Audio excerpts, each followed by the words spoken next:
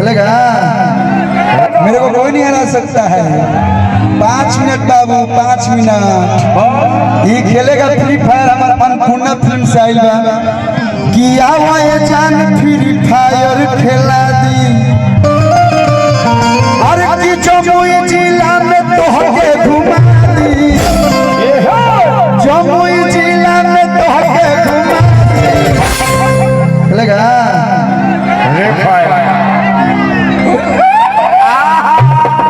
होई कितना खुश लिया रे। यो खेल गई है शादीशुदा है हम भूल गया था मैं भैया। Thank you. जानते हैं भैया हम मंच पे आते तो भूल जाते हैं कि मेरी शादी भी हुई है। ये भाई सब लोग के लिए, बाकी हम अपने लिए नहीं भैया। मैं तो बाप रे बाप हम पीछे हंसाऊं नहीं करके हक करी ना कहेगा तो भैया कि जमुई जिला में तोहके घुमा भैया आवा ये जान फिर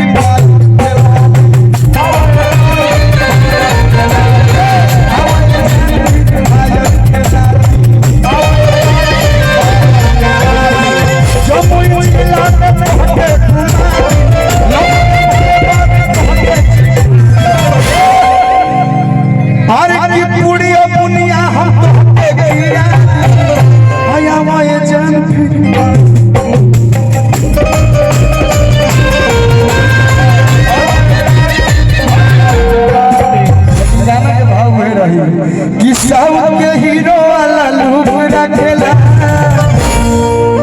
कि गुंडा पे कौन के भौंकता रे। अरे की तोरा मिजाज में तेल लगता रे। हमरा में कोनो कमी हो भैया का भाभी जी को हम देखे में ठीक ठाक ना लगी ना, सुंदर लगते हैं ना। नामे कलुआ हमार लेकिन फेयर एंड लवली घास घास के हम गोर हो गया है। कलुआ नाम समझ के काला समझिए क्या गोरा है मैं साला।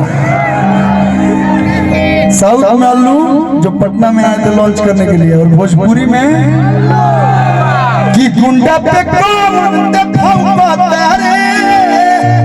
हर की गोरा मिजाज में तेल लगता रे।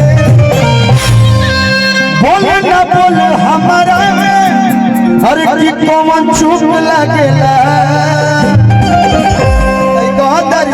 कि साउथ के हीरो वाला लूप रखेला यार हमर प्यार में बंदूक रखेला।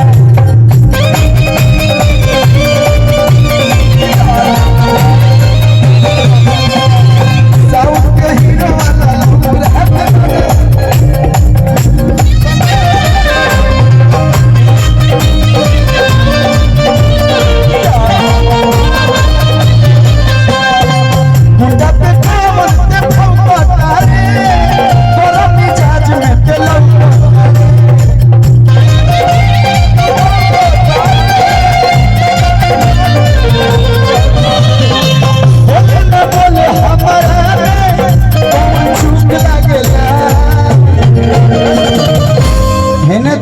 में रिचार्ज करे खातिर आवत रहलो में नहीं लोग पालो कि साउथ के हीरो वाला लूप रखेला।